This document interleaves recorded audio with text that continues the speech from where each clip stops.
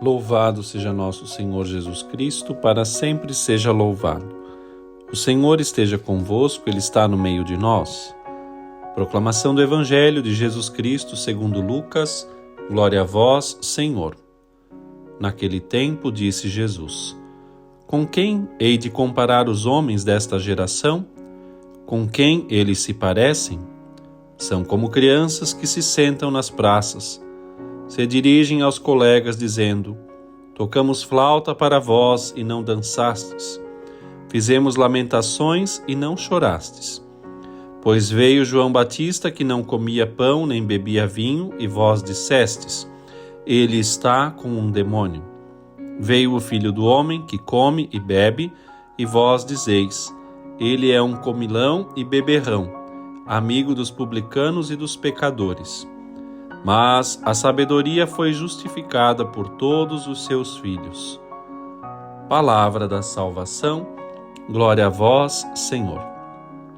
Meu irmão, minha irmã, que bom meditarmos nesta hora este Evangelho de Lucas no capítulo 7, nos versículos de 31 a 35, aonde o Senhor, fazendo uma alusão a algum tipo de prática do seu tempo, de canção popular, ou jogo de crianças, faz uma censura aos homens que resistem a reconhecê-lo e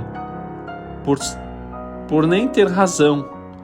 E assim, então, desde o princípio da história, como mostra o livro de Isaías, o Senhor que se esforçou para atrair todos a si, quando fala, Isaías comenta: o que eu deveria ter feito com a vinha e não fiz. Ou seja, a resposta dos homens ao longo dos séculos é a frequência de muitas rejeições. E aquilo que deveriam produzir, a vinha produziu uvas amargas. Ou seja, o Senhor condena neste Evangelho a maledicência. E com isso assim também se fica evidente aqueles que infelizmente não souberam interpretar o tempo dos frutos, também o tempo do jejum pedido por João Batista, até porque o Evangelho mesmo diz, quando estava João Batista, que não comia nem bebia, o intitulavam de possuído pelo próprio demônio. Quando vem Jesus, que convivia com todos, foi tido por glutão. Assim, este Evangelho faz esta série de referências às acusações e mesmo calúnias que disseram contra o Senhor. De outro modo, não teríamos nem sequer imaginado a malícia dos homens que, de algum modo, se assanhavam com aquele que passou nesta terra fazendo bem, Jesus Cristo, nosso Senhor. As obras de Jesus, as obras de João Batista, ambas atestam que um e outro levam ao termo que a sabedoria divina tinha determinado para a salvação dos homens.